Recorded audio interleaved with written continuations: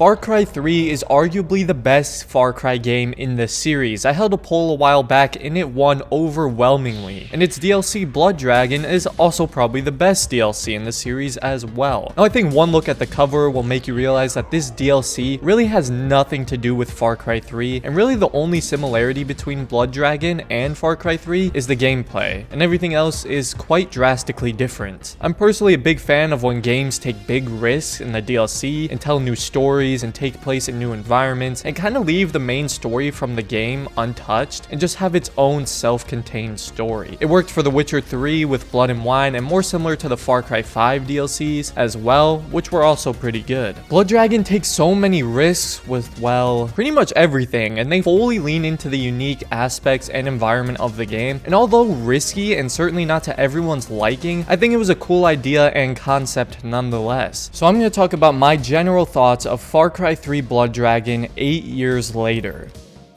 Probably one of the most ridiculous and also hilarious parts of this DLC are the cutscenes. The story feels straight out of an 80s sci-fi action film. The cutscenes are these still images with black bars, and the voice acting is just so over the top and so bad that it's good. I think it's pretty neat that the voice acting feels so authentically bad to what the acting in these old movies were like that I actually really have to commend the voice actor, especially whoever voiced my man Rex Power Colt. The voice was so well done, so badass, and so utterly ridiculous. Sayonara, sushi! Yeah! He often throws out a lot of ridiculous and dumb quips like that, and Rex almost reminds me of a Johnny Silverhand with his jokes and attitude, and also the Silverhand part. The writers for this clearly had a blast writing the dialogue and poke fun at so many different movie stereotypes and even video game stereotypes and stuff from their own games. But hey, it even made fun of that iconic definition of insanity line from Far Cry 3. The dialogue is so cringy and cheesy, and that's 100% intentional, and it's honestly beautiful. And let's be honest, it's unironically still better than the dialogue from Odyssey. Screamed, but not in agony. Literally from the beginning of the game, Rex is a perfect embodiment of the Far Cry player, hating tutorials and just wanting to get into the action and kill people. I think the game really makes fun of itself and a lot of other popular series with a lot of its jokes. Now the story itself, oh, don't get me wrong, the story is horrible. It's not emotionally captivating at all, but it's certainly not supposed to be, and I often found a lot of the story moments so ridiculous and cheesy that it made me burst out laughing, even in what was supposed to be the intense or sad moments. Your wife? No, Lady Liberty. Oh my god. She taught me that winners don't use drugs. I really love the art style of Blood Dragon though. Lots of bright colors and neon lights, glowing robots and animals. The entire sky is red, and the game has this like film-like filter on it that makes it fit the tone of Blood Dragon even more. It's so wacky and out there, and that's why I loved it. Everything also just has so much flavor to it. The reloading animations have Rex like flipping guns and spinning them around. Man's like whips ninja stars at enemies' throats. Everything has so much style, and I honestly can never look at these stupidly boring animations again. Instead, I need some more of this.